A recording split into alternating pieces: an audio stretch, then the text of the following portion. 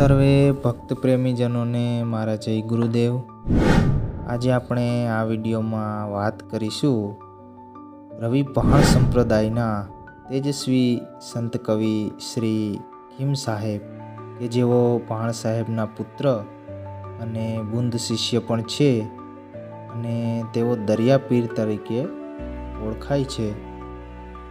આમ તો ખીમ સાહેબની અનેક રચનાઓ છે, જેમાંની એક મહત્વની રચના એ મને ભેટ્યા સદગુરુ ભાણા દિયા મોર છાપ કરવાના।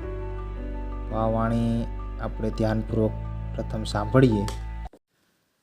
મને ભેટ્યા સદગુરુ ભાણા દિયા મોર છાપ કરવાના। મને ભેટ્યા સદગુરુ ભાણા દિયા મોર છાપ કરવાના। ઓ અમર પટા લિખ દિયા ગમરા ગગન ઘર में जाना। ओ अमर पटा लिख दिया गमरा गगन घर में जाना।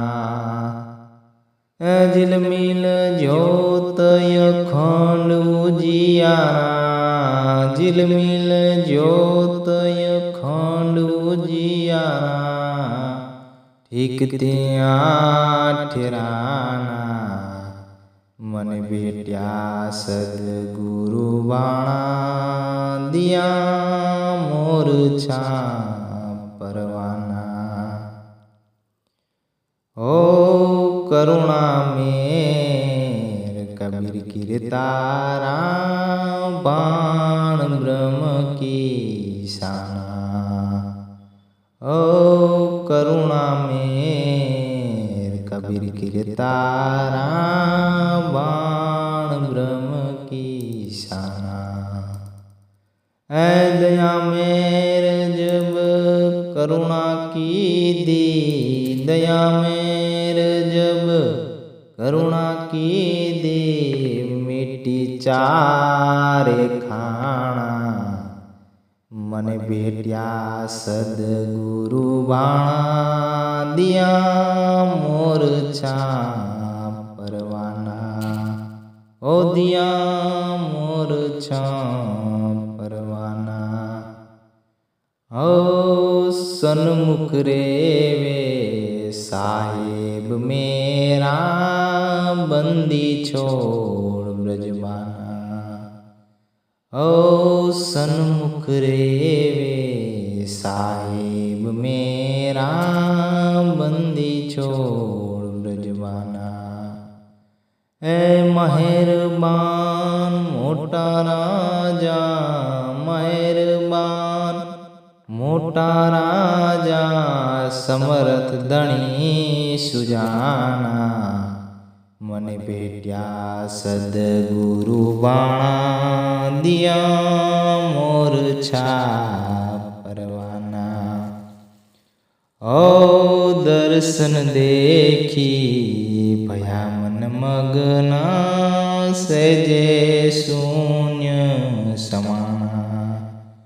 ઓ દર્શન દેખી ભયા મન મગના, સહેજે શૂન્ય સમાના।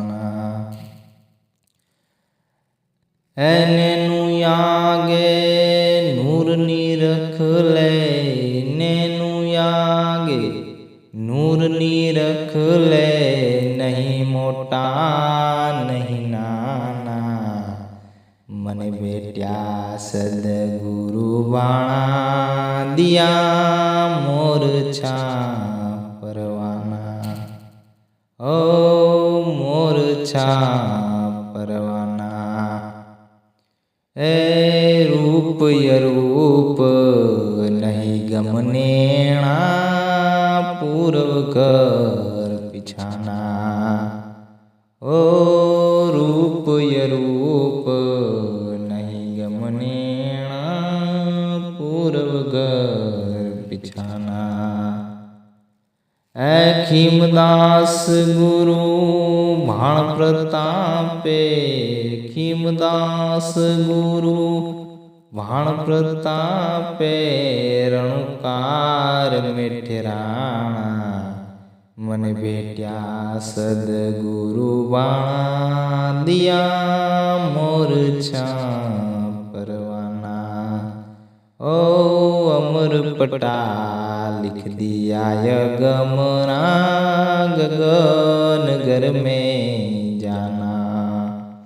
अजिल मिल जोत अखंड उजियारा, जिल मिल जोत अखंड उजियारा, ठीक तिया ठेराना मन बेट्या सदगुरु बाणा, दिया मोरछा परवाना।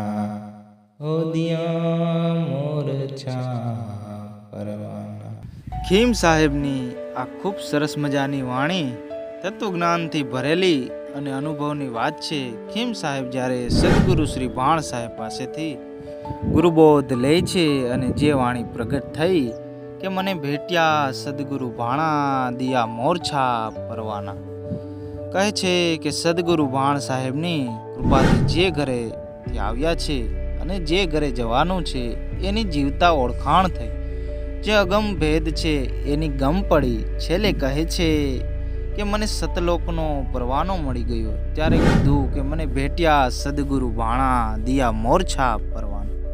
હવે પરવાનો તો છે પણ કેવો મોરછા પરવાનો? તો પ્રશ્ન એ થાય કે મોરછા પરવાનો એટલે શું? હવે આ વાત અનુભવથી સમજી શકાય. કારણ કે આપણા શરીરમાં 7 ચક્રો આવેલા છે.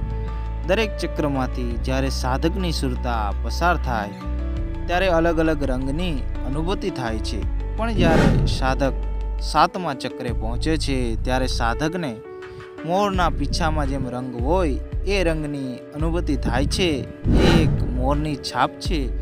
આપણે શ્રી કૃષ્ણ ભગવાનની મૂર્તિ અથવા ફોટો જોતા હોય તો તેમની માથે એક મોરનું પીછું હોય છે.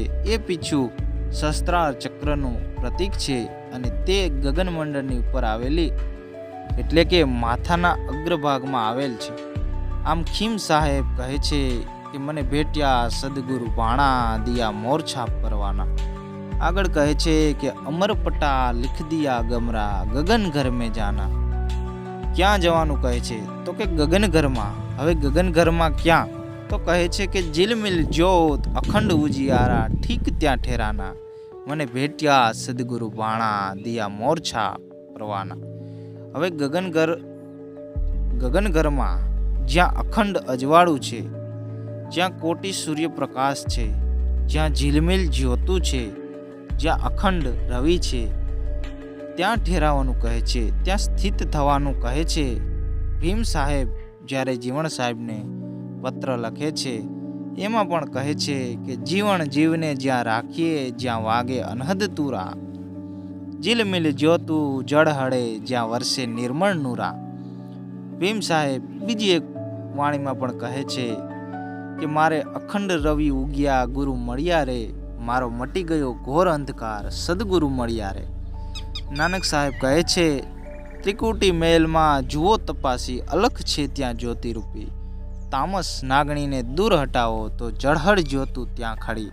આમ સુરતાને સ્થિર કરવાની વાત છે.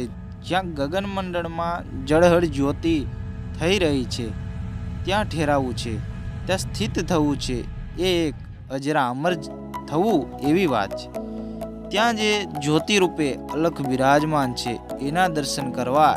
એટલે જ અખા ભગત પણ કહે છે કે મનને વાણી જ્યાં પહોંચે નહીં, અજરા અમર થઈને રહેવું, પૃથ્વી વિનાનો પગ માંડવો, વણવાટે કરો દીવો, મોવા પછી જે ઘર જવું એ ઘર તમે જીવતા જુઓ. આમ આ પરવાનો તો અમરલોકનો છે, સતલોકનો છે. એટલે કીધું કે અમર પટા લિખ દિયા અગમરા, ગગન ઘર મેં જાના. ખીમ સાહેબ આગળ કહે છે કે કરુણા મેર કબીર કીર્તારા, ભાણ બ્રહ્મ કી શાના. ये परमात्मा तो करुणा रूप છે. કબીર પરમાત્મા કરુણા અને મહેરથી ભાણ સાહેબ બ્રહ્મ જ્ઞાનના પ્રતીક છે. ગુરુ સ્વયંવર પરમાત્માની કૃપાનું જીવંત સ્વરૂપ છે, પરંતુ એ કરુણા જ્યારે દયારૂપી મારા ઉપર વરસી ત્યારે ચારેય ખાણી મટી ગઈ. એટલે જ કીધું કે દયા મેર જબ કરુણા કીધી મીટી ચારે ખાણા. જ્યારે સદગુરુની આવી દયા થાય છે ત્યારે ખીમ સાહેબ કહે છે કે આ ચાર ખાણી જન્મ મરણના ચક્રમાંથી મુક્તિ મળી. જે ચાર ખાણી કીધી છે, અંડજ, જરાયુજ, સ્વેદજ, ઉદબીજ, આ ચાર ખાણી મટી ગઈ.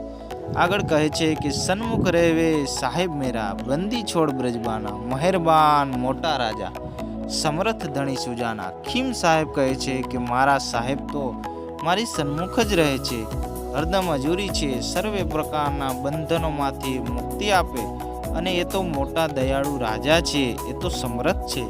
આગળ કહે છે કે દર્શન દેખી ભયામન મગના, સેજે શૂન્ય સમાના, નેનું આગે નૂર નિરખલે, નહીં મોટા નહીં નાના.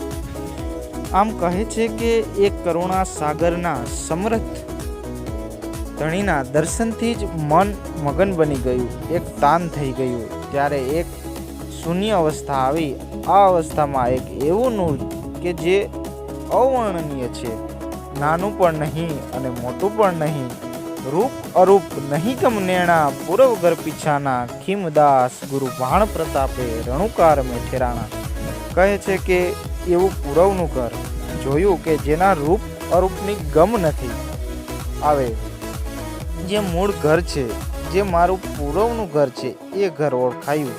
ત્યારે સદગુરુ ભાણ સાહેબના પ્રતાપે મારી સુરતા નાદરૂપી રણુકારમાં સ્થિત થઈ, ત્યારે મૂળ ઘરની ઓળખાણ થઈ. દાસ સવા ભગત કહે છે કે મૂળ રે વતનમાં મળી ગયા, પોતે પોતામાં સમાય, સ્વયંવર સદગુરુના દેશમાં, પરણે શબ્દને સુરતા નાર. આમ ખીમ સાહેબની સુરતા રણુકાર રૂપી શબ્દમાં સમાઈ ગઈ, ત્યાં સ્થિત થઈ ગઈ. બોલો સદગુરુ શ્રી ખીમ સાહેબની જય.